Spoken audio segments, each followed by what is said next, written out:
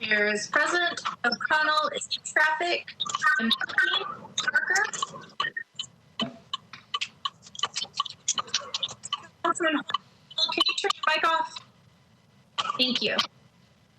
Rutherford. Stiles. Toombs. Present. Van Reese. Welch. Present. Withers. Present. Chair. Yes. My phone went out. This is Councilmember Stiles. I'm present.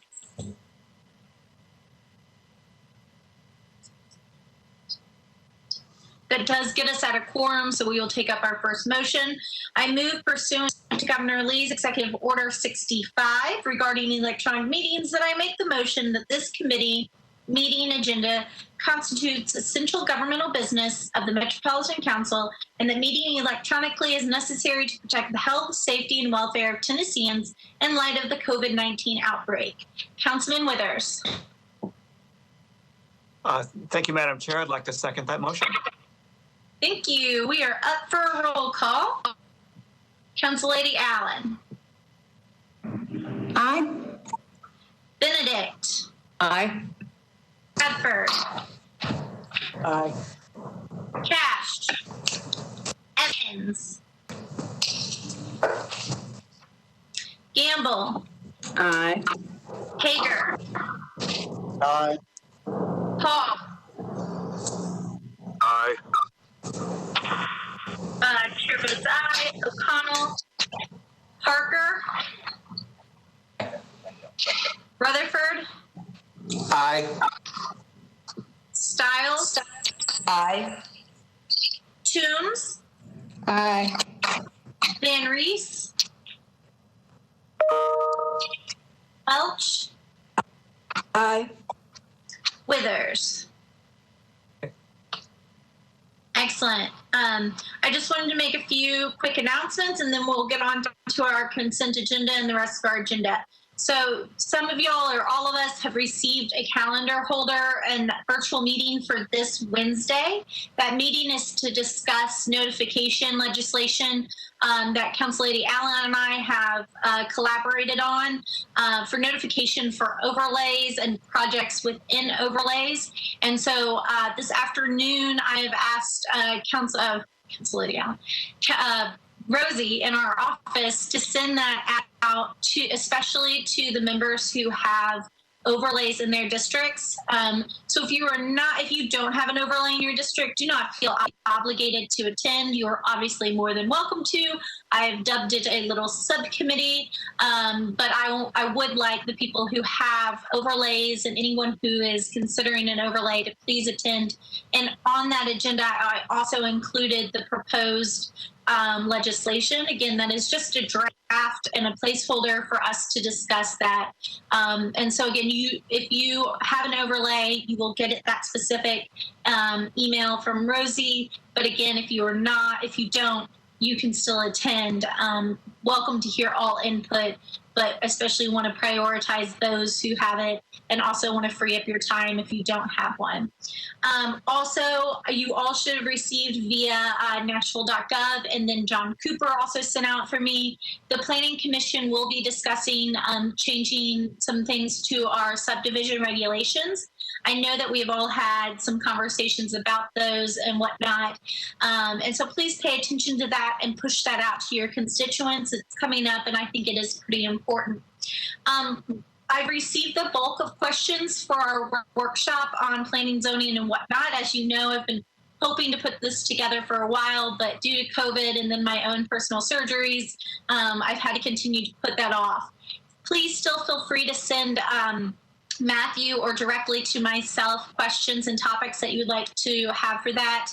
Parlaying into my next little announcement is this Thursday I am having surgery on my other hip, so this will give me a little bit of time to work on things, and so I'm hoping to have that workshop drafted out for late January. So again, if you still have some questions, I've gotten a lot of good ones, but I think we'll probably require more of a panel discussion from people rather than some short explanations, which is good. That's great. I just want to be able to line up speakers. So with that, you should have received the agenda with the consent items numbered or noted on there.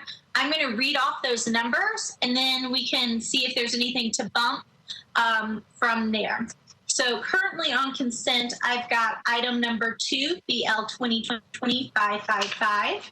Item number 3, BL 2020-556. Number 4, BL 2020-557. Number 5, BL 2020-558. Number 6, BL 2020-559.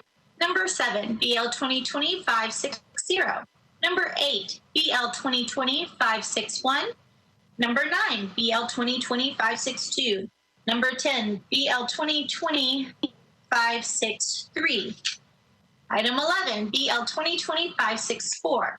Item 12, BL 2020-256. Item 13, BL 2020-487. Item 14 is not on consent. Item 15, BL 2020-502. Item 16, BL 2020-515. Item 17, BL 2020-516. Item 18, BL 2020-518. Item 19, BL 2020-519. Item 20, BL 2020-520. 21, BL 2020-521. 22, BL 2020-523. Item 23, BL 2020-524. Item 24, BL 2020-527. Item 25, BL 2020-528. Item 26, BL 2020-529. And then the last three, BL 2020-530, 531, 532. All are on consent to be approved or to be deferred. Please raise your hand if there's anything you'd like to come off of consent or change the action on consent. Councilman Lady Chair Tunes, what brings your hand up today? Thank you, Chair. Item number 16 and 24, I have amendments on both of those to add the NS designation. Correct. Would you like them bumped from consent, or would you like them to be continued on our consent calendar? As long as my amendment travels along with them, I'm fine with them being on consent. Yes, ma'am. I'm planning on amendments. We are still doing, since we're still roll calling on absolutely everything under the sun. If I hadn't seen, again, I'll back up. So if I haven't seen opposition come through and there wasn't a lot of opposition or any real discussion at planning, like if it went through on consent, I'm just keeping them on consent. Unless your amendment is hugely sensitive and you feel we need to discuss it, let's just roll with it on consent if you're okay with that. That is fine with me. Thank you, Chair. Excellent. Council Lady Allen. Thank you, Madam Chair, and I will apologize for having the wrong agenda in front of me. I was wondering if items, and I don't have item numbers, bills 557, 502, and 529, if you could, just for the viewing audience who doesn't have a copy, tell us what the actions are on those. Okay. So 557, is that correct? Yes. So that one is on consent to be approved. Okay. What was your next one? 502. 502.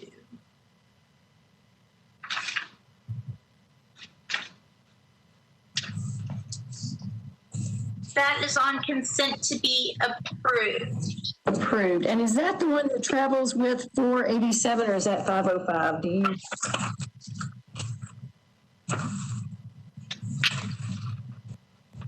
I don't have a letter from the sponsor. Is Council Lady Hauser with us?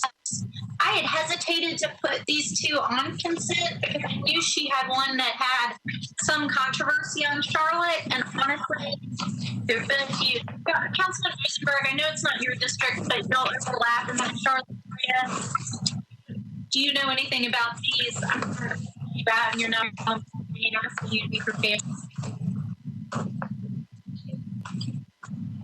I'm sorry, I'm listening to 2 meetings at once. I assume so.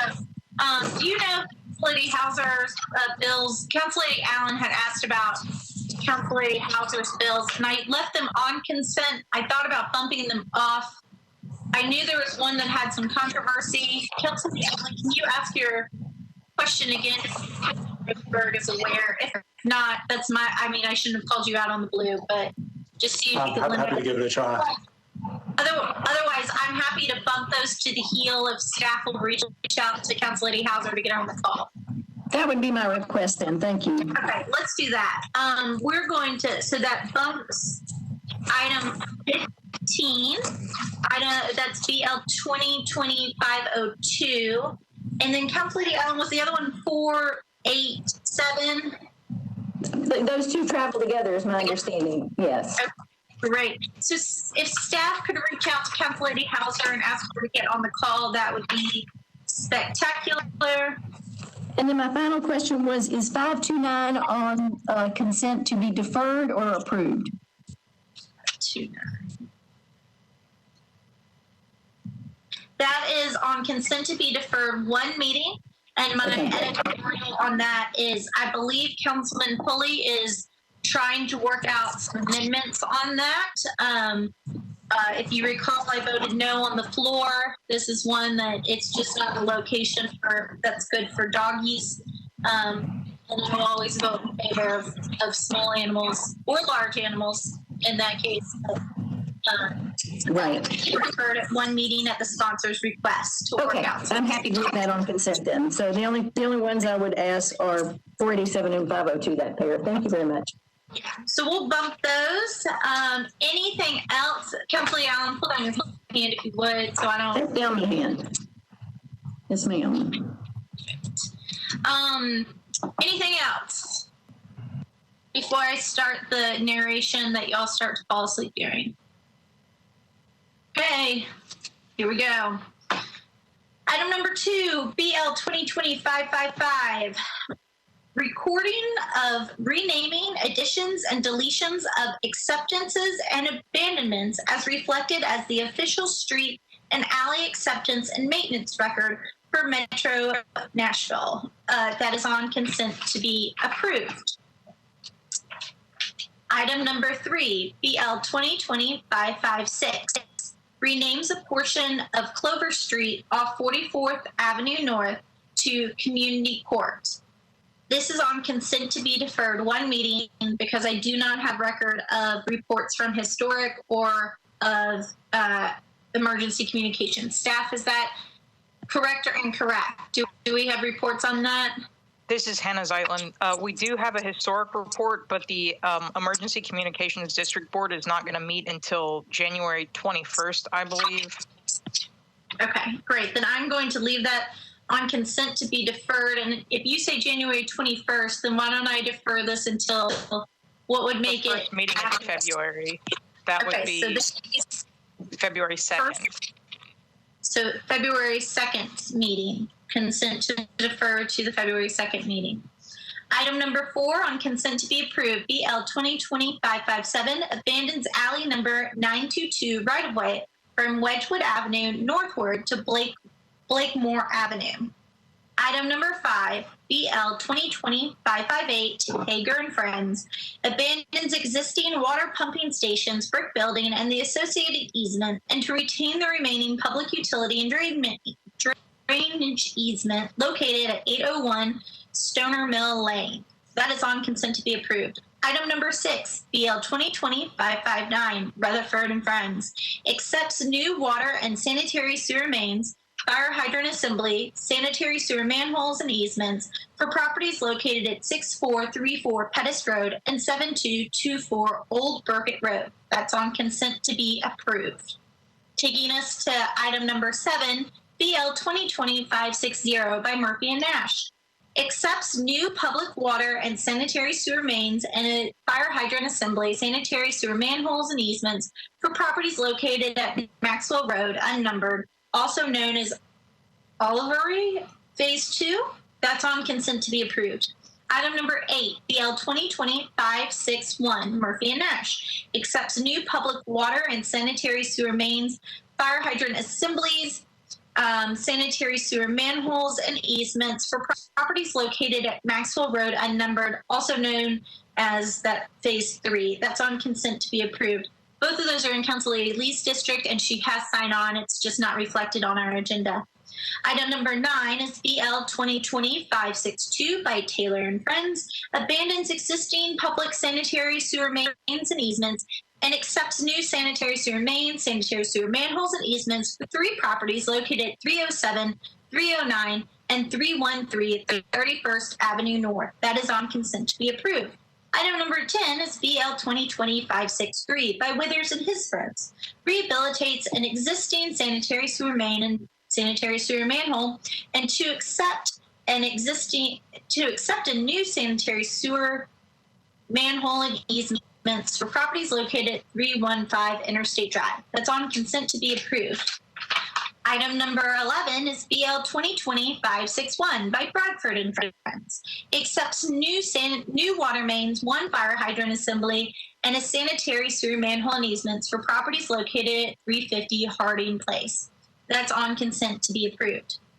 Items on third reading. BL 2020-256 by O'Connell and Murphy makes 8.19 acres of a historic preservation overlay district to various properties located along Clinton Street from 16th Avenue North to 12th Avenue North. That's on consent to be approved.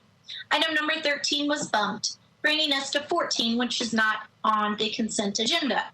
Taking us to what is my page 5, item number 15 has been bumped. Item number 16, BL 2020-515 by Council Lady Toombs. It changes 3.18 acres from IWD to MUG zoning for property located at 100 Athens Way. And that travels with an amendment, and that's on consent to be approved. Item number 17 is BL 2020-516 by Parker and Friends. It expands 1093.36 acres of the urban zoning overlay district to various properties located south of Briley Parkway and north of Douglas Avenue along Gallatin Pike from McGavick Pike westward to the CSX Railroad. I am very thankful I do not have to read all of those parcels out. That is on consent to be approved. Item number 18, BL 2020-518 by Councilman Hager.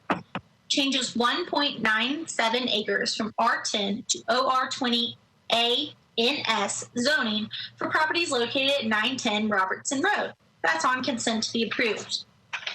Page 6 that I have is item number 16, BL 2020-519 by Council Lady Toombs.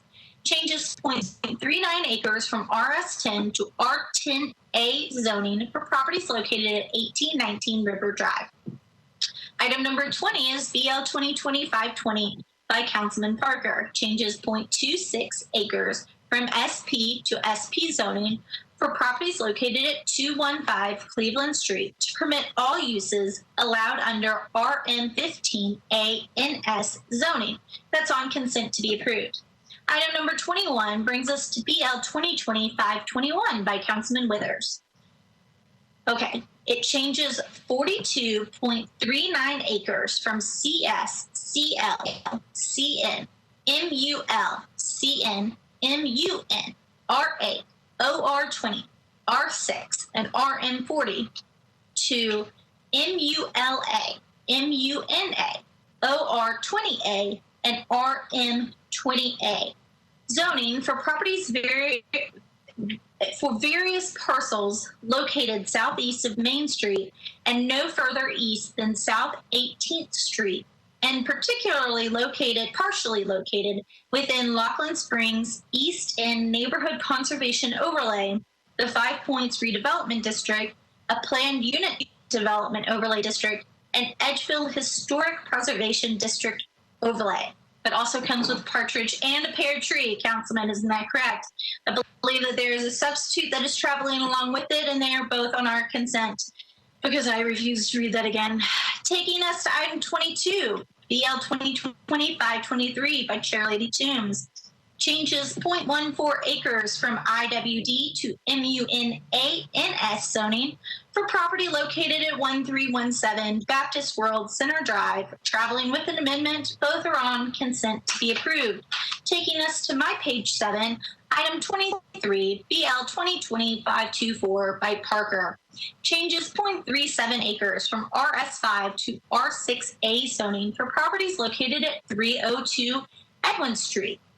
That's on consent to be approved. Item number 24, BL 2020-527 by Chairlady Toombs. Changes 0.12 acres from RS5 to RM20A zoning for properties located at 506 Fester Avenue and 504 Weekly Avenue. That is on consent to be approved. There is a substitute that is traveling with it on the consent agenda. BL 2020-528 is item number 25 by Councilman Parker. It cancels 0.09 acres, just 0.09 acres, a portion of a planned unit development located at Marina Street Unnumbered, approximately 175 feet east of Neal Avenue. That is on consent to be approved. We are now on item number 26, BL 2020-529 by Councilman Pulley. Changes 0.13 acres from SCR to SP zoning for portion of property located at 4004 Hillsborough Pike to permit animal boarding facilities, a dog kennel, and all uses permitted under SCR zoning. That's on consent to defer one meeting. Bringing us to item number 27, BL 2020-530 by Councilman Withers. Changes 0.18 acres of a specific plan for property located at 620 South 13th Street to permit 2 residential units and allow all uses allowed under R6 zoning. That is on consent to be approved. Item number 28 is BL 2020-531 by Councillady Toombs. Changes 0.18 acres from RS 7.5 to R6A zoning for properties located at 427 Tooney Road, on consent to be approved. Bringing us to item 29, BL 2020-532 by Councilman Taylor. You know what? It's by Councilman Taylor, but it's in Councilman Parker's district. Councilman Parker, are you okay with this? Where are you? Saw you on here. Councilman Parker? He might be at the Traffic and Parking Commission meeting because he's on the ballot committee. If I could jump in real quick, that's a typo. 40th Avenue North is in Councilman Taylor's district. Okay. Okay, so the agenda is wrong. It is in Councilman Taylor's district, not in Parker's district. Okay, then let's proceed forward with our last on consent. I've not read it yet. So we'll start over. Item 29, BL 2020-532, Councilman Taylor. Cancels 0.78 acres of a commercial planned unit development overlay district for properties located at 701, 705, and 707 40th Avenue North. That is on consent to be approved. Okay, before I take the vote on that, does anyone have any questions while I take a sip of my drink? Are we good? All right, roll call. Here we go. So if you're playing both traffic and parking in this one, pay attention here. Allen.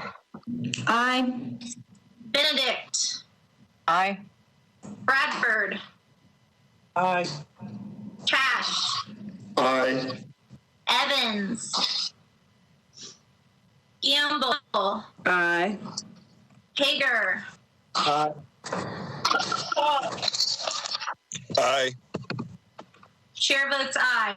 O'Connell is in traffic and parking. Parker. Is he able to join us yet? No. Okay. Rutherford. Aye. Stiles. Councillady Stiles, have we dropped you?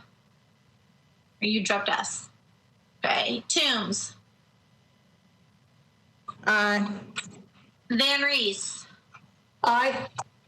Welch. Aye. Withers. Aye.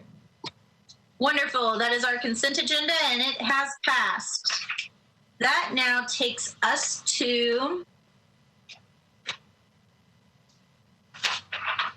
item number 13. Has Council Lady Hauser been able to join us? Staff, has anybody been able to reach her? She's on the call. Okay. Oh, I see you, Council Lady Hauser. Council Lady Hauser, if you were, I don't know if staff told you, but we had some questions, so we bumped your items. Not out of spite, just out of questioning. Okay. We are item number 13, L 2024-7 by Council Lady Hauser. Changes 2.21 acres from R15. Excuse me, I'm getting kind of a clingy background, so if you could speak a little bit slower, I can probably hear you better. Sure. So, BL 2020-487 changes 2.21 acres from R15 to SP zoning for property located at 7335 Old Charlotte Pike, permit 28 multifamily residential units. I make a motion on the bill. Councilman Withers. Like a second? Thank you. With that, Council Lady Allen, do you have questions for Council Lady Hauser? Remember that if I haven't called on you, please identify your name because the executive order. So Council Lady Allen, you are recognized. Okay, thank you, Madam Chair. And I can, if there are sound qualities, please let me know and I will plug in my headset. I had heard from a couple of constituents who had concerns about traffic implications of this and had made a suggestion of adding a second entrance onto Old Charlotte Pike, I believe it is. There is no entrance on Old Charlotte Pike. That is an emergency entrance, only like a crash gate for fire trucks and ambulances. It is not a public entrance. The public entrance is on Old Hickory Boulevard. Charlotte Pike is not a public entrance. It will only be either a crash gate or a gate where the fire department emergency have a key. I appreciate that clarification. The concern that I had was that doubling the number of units would make the one unit on Old Hickory difficult to use, and that the suggestion was that having the two entrances would both allow construction traffic to use that entrance and also to spread out the number of cars leaving. So is that a possibility to consider, was my question. It is not a possibility to have an entrance on Old Charlotte Pike. That would be very dangerous. It's at a sharp curve. The only way to do it would be if the city wanted to go in and double the width of that road to where they wouldn't have they could straighten out the curve. Or add a turning lane. The entrance on Old Charlotte Pike is not possible. The only possible thing would be to have a separate entrance on Old Hickory Boulevard, but it would have to be so close to the other entrance that it would be problematic. Gotcha. Council Lady Hauser, is it reflected in the SP and the plans attached to this legislation that is a fire entrance only? I thought that it was when I originally read it. And I know it's from the very beginning when they first proposed this in 2018 with both phases. They had then, planning had said that Old Charlotte Pike could not be a public entrance, that it could only be an emergency entrance. And I believe that's in the plans. I don't have all the plans right in front of me at this moment, but when I originally read them, that's what it was designated. Mr. Lee is on the call. Bob, could you let us know, is that a part of the plans and attached to the legislation you are considering? Hi, Councilmember Murphy. This is Lisa. I'm also on the call. Great. That is designated as an emergency entrance only on the plans that are attached to the bill. Wonderful. Council Lady Allen, does that clear up your concerns, or do you have further questions? One further question. I believe, if I remember correctly, that the council changed the threshold to require a traffic study from 100 units down to 75. And Ms. Milligan might be able to confirm that. And then if that is the case, was a traffic study done to determine that one entrance would be adequate? Ms. Milligan, you have the floor. Hi, Councilmember. Public Works did review it. I don't believe a traffic study was required. However, there were certain requirements that were required to be made for the other location of the entrance to account for the traffic from both. From both phases? Correct. Okay. And can you confirm what the threshold is that requires a traffic study? It's generally 75, but in some cases, it might not be that a full traffic study is required. If there are fewer, it might just need to be a site distance study or that sort of thing. But generally, it's 75, although that is a guide only. It can be less. And this is what, 73 for both phases? Council Lady Hauser, please just identify yourself before you speak because of the executive order. Lisa, can you answer that?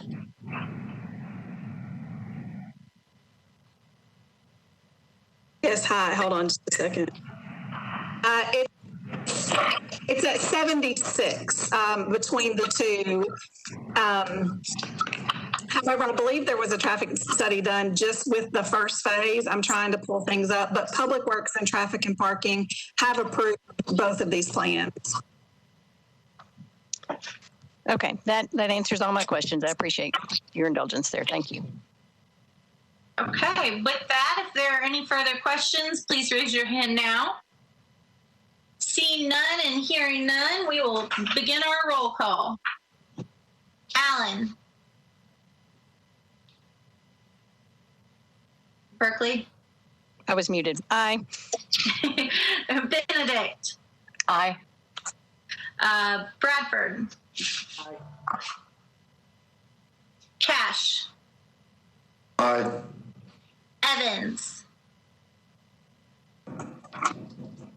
Gamble. Aye. Hager. Aye. Hall. Aye. Chair votes aye. O'Connell, still in the other committee. Parker. Rutherford. Aye. Stiles.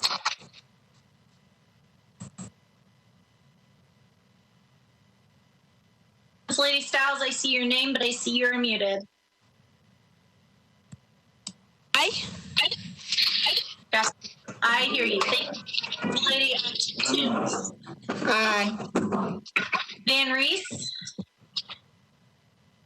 Aye. Welch. Aye. Vice Chair Withers. Aye. Council Lady Hauser, your bill passes, but we've got another one of yours in just a minute. So please stay with us.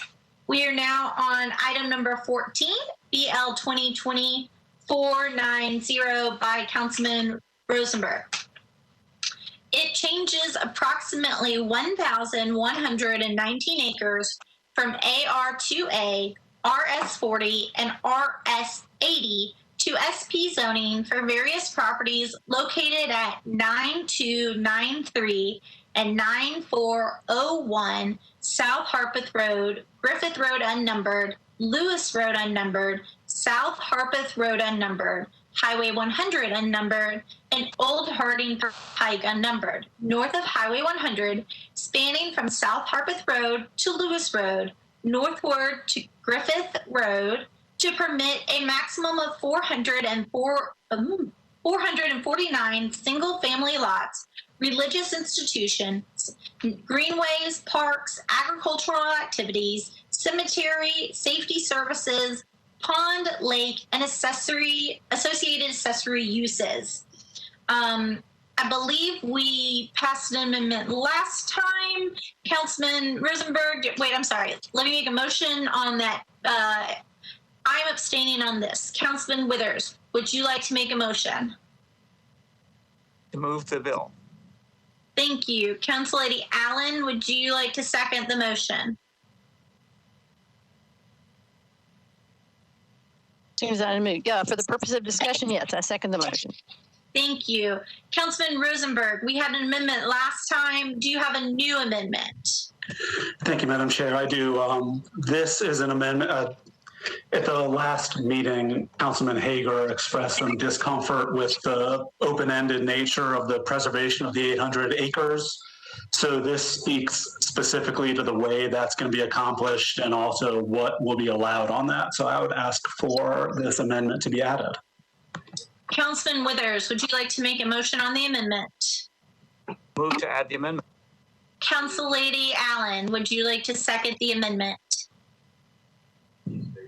So I will second and then ask for details. Thank you. Councilman Rosenberg, will you expand further? Absolutely. I think that the most, that the clearest way to do it will be just to read through it. It says that it will be preserved into perpetuity through a binding legal mechanism like a deed restriction or a conveyance to a conservation organization, and it will prohibit commercial or residential development.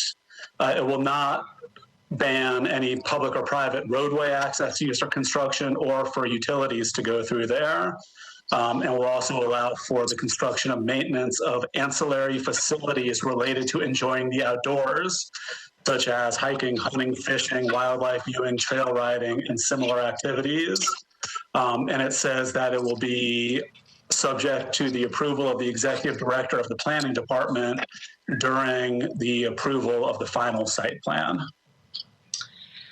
Ms. Milligan or Mr. Lehman, can y'all speak to the amendment and whether it impacts the recommendation of the Planning Commission and the acceptance of the provision of the approval of the executive director? So Ms. Milligan or Mr. Lehman, either one of y'all are welcome to jump in. The amendment, hi, this is Lisa Milligan. The amendment would not change the Planning Commission. Ms. Milligan, does the executive director has she opined on this amendment and her added responsibility of approval of the agreement that Councilman Rosenberg described in his amendment?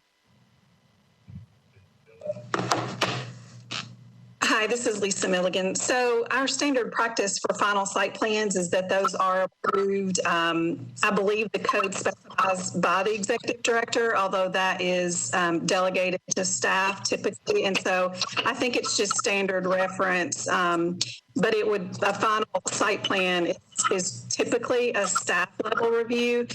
This one is going to be a little bit more complicated because if there's also a subdivision, then we would have to review that as well. But that's just pretty standard language that things are assigned to the executive director, but are often delegated to staff for those types of reviews. And Ms. Milligan, before we let you go real quick, I honestly do not remember if we chose slides during committee. Since we're virtual, I don't think that we can do that. Is that correct? So we don't have to hear from y'all about the disapproval? I don't think we did last time. No, that's hi, this is Lisa. No, that's right. We do not have to present slides. Okay, making sure all of our preliminary boxes are checked. So Councilman Withers on the, we have moved and seconded the amendment. So Councilman Withers on the amendment. Thank you. I was wanting to comment on the overall, and I know that we don't have slides from planning, but wanting to hear from planning staff about more about the reasons for disapproval of the original bill, I guess. Ms. Milligan, that would cue you back up. Hi, this is Lisa. I would refer back to our staff report that is presented to you all through the P&Z committee report. Upon a review by the planning staff and planning commission, there was a concern about the level of topography and that we had not received an approval from the fire department. Councilman Withers, you have the floor.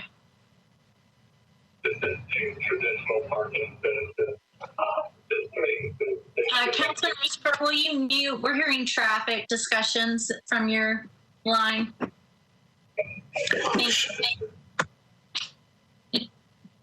Councilman Withers, do you have further follow-up?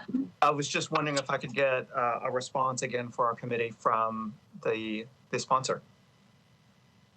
Councilman Rosenberg, if you will mute traffic, I will be happy to give you the floor in planning. My phone is declining to go all the way to mute, so I'm just going to put it under itself. Okay, I'm sorry, a response to the disapproval from planning? Yeah, I mean, we're kind of in that same place where this is largely consistent with, I mean, it's largely consistent with both T2 and T2 rural. Just in the fact that it's removing most of the intensive uses allowed there and creating exclusive use of the for single family in the fire station, and it's also permanently preserving a whole heap of land, which is very consistent. If you get into the specifics of T2 rural, it speaks to goals like maintaining a natural, open, rural character by minimizing the visual intrusion of the development along the primary roadways, which this does, providing for the preservation of open space, which this does, flexibility of design to promote environmentally sensitive and efficient use of land, preserving into perpetuity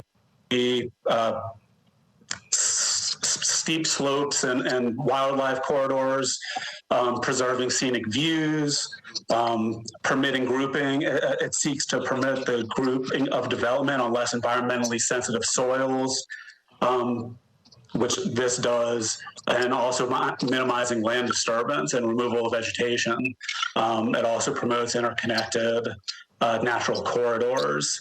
When you get into the rural maintenance, T2 rural maintenance, in the examples of appropriate land use for it, you see things listed like a conservation subdivision, which it defines as a well-designed layout of homes that are grouped together to preserve the surrounding environmental features and being screened adequately to not fringe upon the rural viewshed, which this does through its topography from the Highway 100 corridor.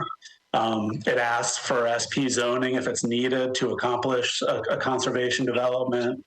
In this case, we're seeing a lot of public safety upgrades, 75% of the land being preserved and no extra land beyond what would normally be permitted being added to that, which is to say the development zone isn't being increased at all, and really preserving the character out there. And like I said, my primary concern and motivation with legislation is the fact that this is an area that really needs to be limited to single family uses.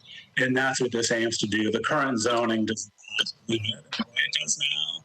And the way we're seeing every AR2A piece of land along the Highway 100 corridor turned into large senior multi-family developments, including a 4-story one and a big 3-story one that's under construction now. This is the best way to preserve the rural character out there. There are certain things that the Planning Commission we just can't get around, like the sewer thing. So that's kind of where we've landed. Councilman Withers, do you have follow-up? I guess I do. I appreciate all the work that's gone into this by the sponsor. One of the letters that we received referenced something about prior and maybe separate planning commission approval is required in order to add infrastructure to some of these areas before doing a development plan. And could we get confirmation of is that true and was that done? And if not, why not? I think that would be a question for Ms. Milligan. Ms. Milligan, would you indulge us again? Hi, Councilman Withers. I'm not sure that I understood the question. I don't have comments, and so there's nothing for me to refer to. So I'm not certain that I understand what approval you're referring to. It is, thank you for that. Is it the case that the Planning Commission would need to consider, the Davidson County Planning Commission would need to consider adding infrastructure areas first, and then look at development proposals second? Is that correct? Ms. Milligan, is that something that you can answer? This is Bob Lehman. I think what you might be referring to is like a policy change. Like if we think this needs a policy change that would require more infrastructure. But I think we didn't consider a policy change with this because that's the question. I mean, the question is this consistent or not consistent with that policy that's out there? And I think some feel that it is, and some might feel that it is not. But that's not really something that was considered. A policy change was not considered when this went to the Planning Commission. So I'm not sure if that answers your question either. But I think that's where you're going with the infrastructure question. Mr. Withers, does that get closer to you, what you're going for? It gets closer. It's just that, like I said, some of the emails and discussion that I've had have actually pertained to the process by which water or sewer infrastructure would be added in the first place. I guess that's what I'm saying, more than the policy per se. That's some of the comments that I've received. Do we have Mr. Snyder on the call from Water/Public Works? Do we have anybody from Water or Public Works on the call? Councilor Murphy, good afternoon. This is John Honeysuckler. I'm sorry, I'm just joining. Mr. Honeysuckler, if Mr. Withers, Councilman Withers, will you I'm happy to try to summarize if you would, or you are welcome to re-summarize where you're going with this. Chair, I'll certainly be happy to defer to you to state it, because you may do so in a manner that's more articulate than I would be able to do so. But if I have subsequent follow-ups, I'll try to restate. Madam Chair, this is Councilman Rosenberg. Could I respond real quickly, please? Let's let Mr. Honeysuckler. Oh, sorry. Okay. Yeah, of course. And then we can come back to you, Rosenberg.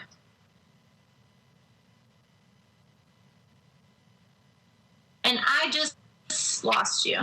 I lost everybody. There you all are.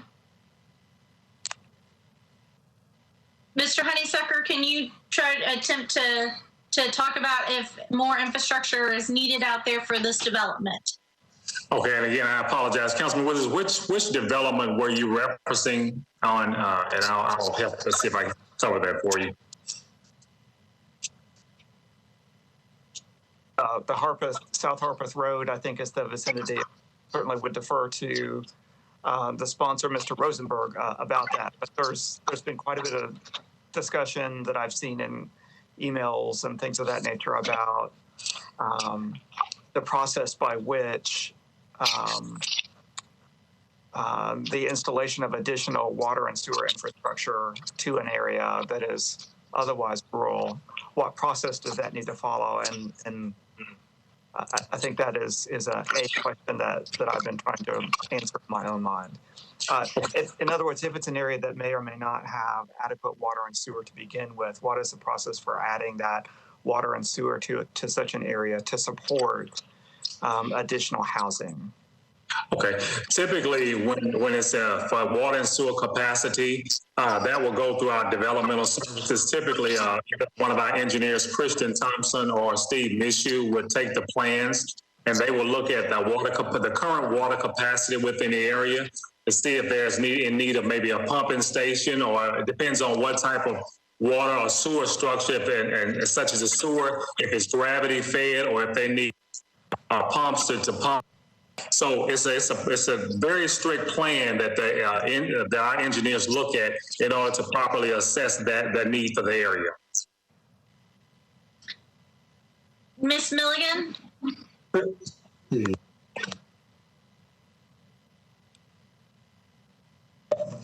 Hi, I think that what this is Lisa Milligan with Planning. I think that what Councilmember Withers is referring to is the sewer extension policy, which is mentioned in our staff report.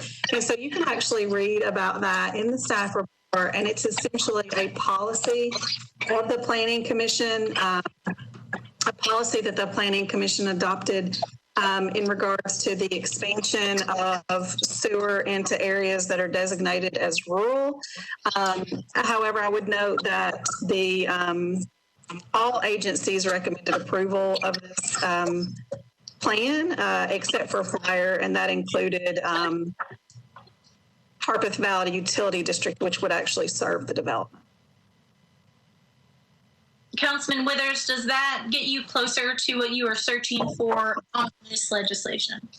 It does, and I appreciate all that. I mean, I've read the reports, but we just have so much public interest, I think, in this bill that I want to be sure that we have a public discussion about it. So, and I would certainly defer back to the sponsor. Yeah, Councilman Rosenberg. Thank you. First, I would note that that policy is due to the fact that Metro Water indicated that they did not have the capacity to expand water and sewer. Harpeth Valley Utility District serves Bellevue. We don't have Metro Water here, which is why Harpeth Valley is the one who approved it and why that policy is not relevant.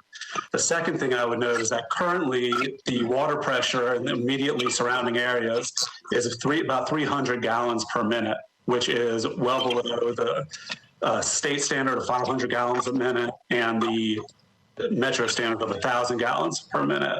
As part of this project and the infrastructure improvements, a new water tower and new infrastructure will be increasing the residences around this area from 300 to 1,000 gallons per minute. So they reach that safe threshold. So this will be very much enhancing things.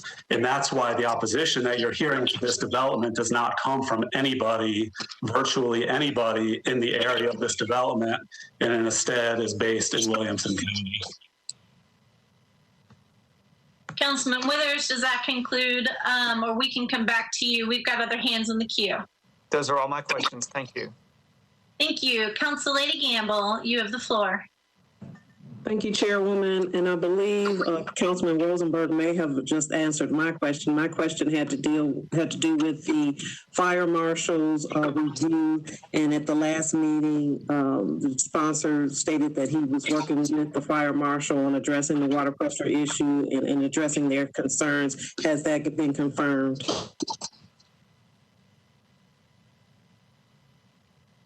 Oh, Councilman Rosenberg, you have the floor. Thank you, Madam Chair. Yes, I'm going to have another call tomorrow morning to wrap things up, but we've gotten things, I believe, all lined up, and I'm going to have this confirmed by the time we meet tomorrow as far as the water pressure, the emergency access, and the fire hall part's already been taken care of. But yes, the answer. Thank you. Does that cover it, Council Lady Gamble? Yes. Oh, I'm sorry, Madam Chair. This is Rosenberg again. I would also add that before any construction can happen, at any time in the future, the fire marshal will have to have approval via planning before anything can move forward, regardless of any of that. I'm sorry, I got frozen out. You there? Can you all hear me? Something will nod. Great. Okay. Did Councilman Rosenberg, did you finish your thought there? I did. Okay. You missed it. It was a great one. So typical. So typical. All right. Are there any other questions, comments, or concerns on the amendment? Okay. With that, we will roll call on the Council Lady Allen. Your hand is raised, and you have the floor. Thank you. Just one quick question. I had briefly at the end of the last council meeting asked Councilmember Rosenberg if there were also the possibility of talking about greenway access on this large piece of property. Is that something that's still a possibility? And that would be a question directly for Mr. Rosenberg. Rosenberg, I'm sorry. Could you answer? Thank you. It's absolutely a possibility. That's something that will need to be talked with parts about, whether they're willing to take that on once the site plan moves forward. But we've got a ton of great greenway in Bellevue, and we're trying to get more. So if we can do some on this land, that's another great spot. We've got several areas.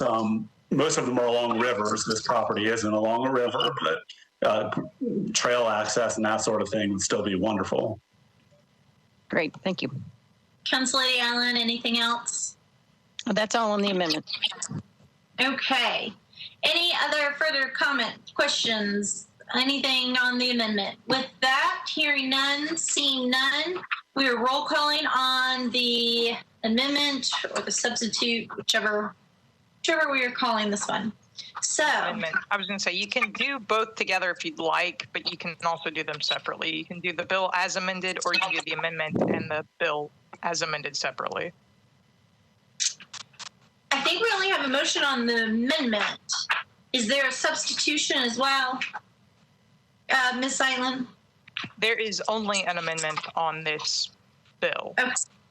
And there's only one amendment that we need to run through. Is that correct? Correct. That was the one amendment. Okay.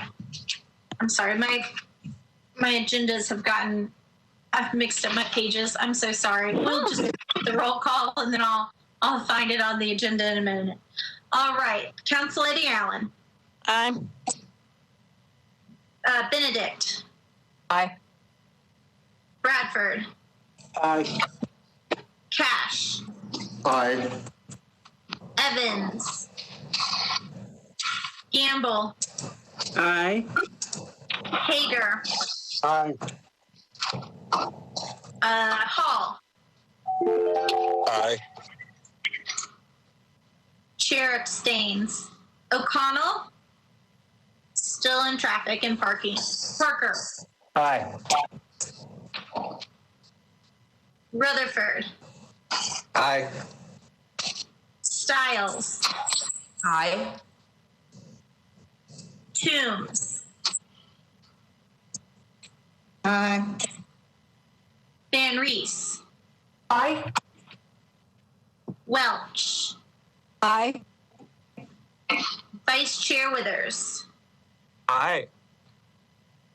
All right. So that takes us to, we are on the bill as amended. Council Lady Allen. Thank you, Madam Chair. I believe this is probably a question for Ms. Milligan from Planning. So I'm looking through the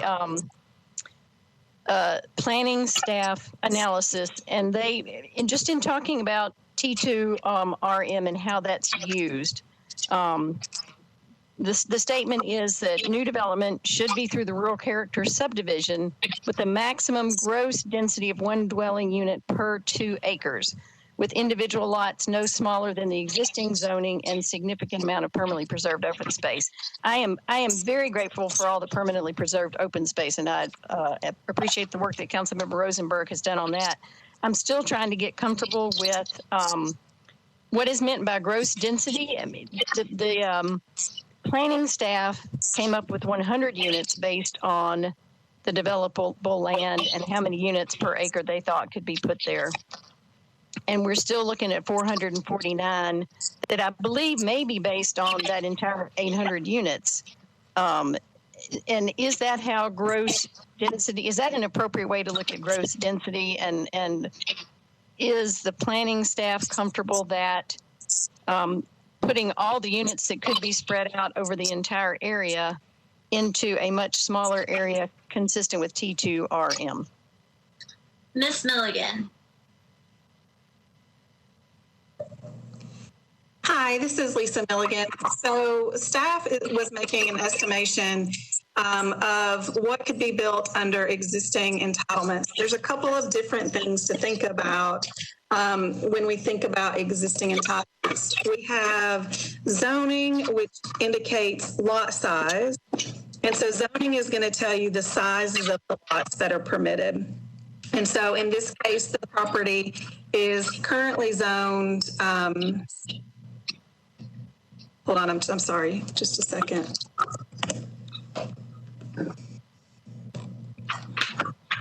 Hold on, my computer just locked up on me. I'm so sorry. Hold on just a moment. It's AR20 and RS80 and RS40.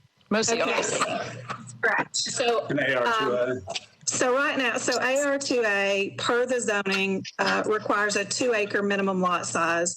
RS80 per the zoning requires an 80,000 square foot minimum lot size, and RS40 per the zoning requires a 40,000 square foot minimum lot size. And so there's a couple of different things that are going into what the policy is describing there. It is saying essentially was looking, there's a couple of ways to think about it. If someone was looking at rezoning property, policy is used one way.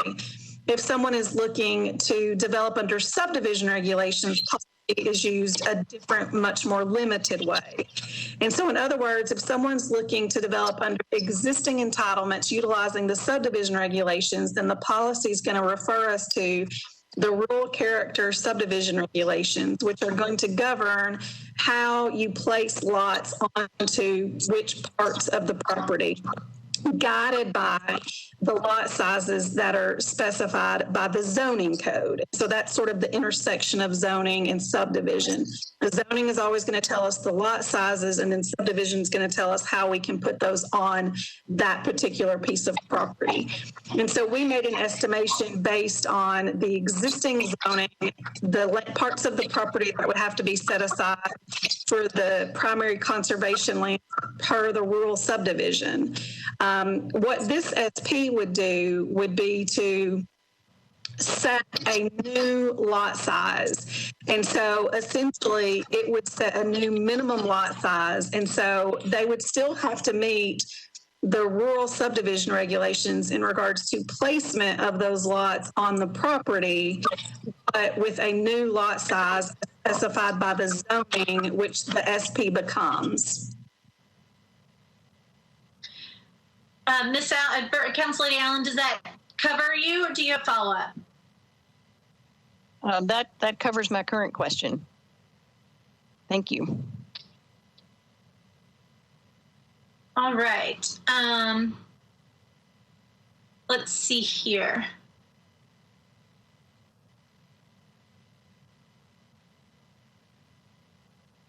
Okay, I'm sorry. IT had sent me a message.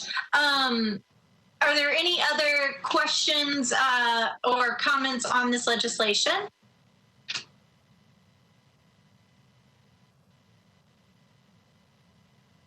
See none. I'm sorry. Evidently, there's an issue with my connection, and I'll have to log out after this. Okay, y'all keep freezing up. So nobody, I don't see any other hands. Hearing no other concerns, then we will move on to roll call. You're at Allen? No. Benedict? Aye. Bradford? Aye. Cash? No. Gamble? Aye. Hager? Aye. Paul? Aye. Chair abstains. O'Connell? Abstain. Parker? Aye. Rutherford? Aye. Stiles? Aye. Toombs? Aye. Van Rees? Aye. Ouch.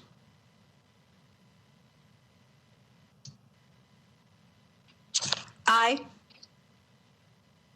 Vice Chair Withers? Aye. Councilman, with that, that is your bill as amended has passed with a favorable vote count that I will count up after this. Thank you. With that, we have a few more on here. We just have one more, I think, by Council Lady Hauser. Let me just find it on my agenda. Note self, staple these together next time. Okay, we are on item number 15, BL 2020-502 by Council Lady Hauser. It amends 4.07 acres of the existing SP zoning for property located at 730 Old Hickory Boulevard to permit up to 48 multifamily residential units and adds an access and public utility easement. I will make the motion on the bill. Councilman Withers. Okay. Thank you. We are on the bill. Councilor Hauser, would you like to give us some information about this project? Yes, and I want to say that this bill is only changing the access. The 48 units are already built. They just had to include that in here when they added the amendment, which is to give access to phase 2 through phase 1. So that's what this bill does, is it just gives access to the project you approved a few minutes ago for phase 2 to go through phase 1 so it can access OTP Boulevard. So this is just the access run. Thank you. Council Lady Allen, does that cover the questions that you had earlier, or do you have any follow-up? Thank you for the opportunity to ask that question. So is this construction access or? No, this is the residents who live in the 28 units. Gotcha. Will access Old Hickory Boulevard through phase 1. Through phase 1. Right, and phase 1 and phase 2 were both planned at the same time. And even though some of the residents say they didn't know that, it was on the big board that showed everything from the very beginning. Okay, thank you for that explanation. All right, with that, any other questions? Hearing none and seeing none in the queue, we will move to a roll call.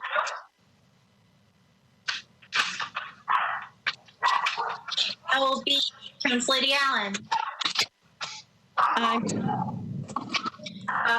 Councilor Hauser, will you, your little doggy is trying to vote the affirmative, I think. Thank you. Council Lady Benedict. Aye. Bradford. Aye. Cash. Aye. Evans. Campbell. Aye. Hager. Aye. Paul. Aye. Chair votes aye. O'Connell. Parker. Aye. Oh, O'Connell votes aye. Then Parker.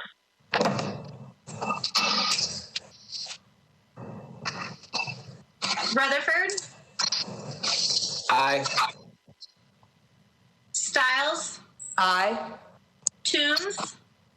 Aye. Van Reese. Aye. Welch. Aye. Withers. Aye. And with that, that bill passes with the affirmative recommendation. I believe that takes us to the end of our calendar, unless someone would like to notify me otherwise. Hearing none and seeing none, I adjourn us for the evening. Have a great night.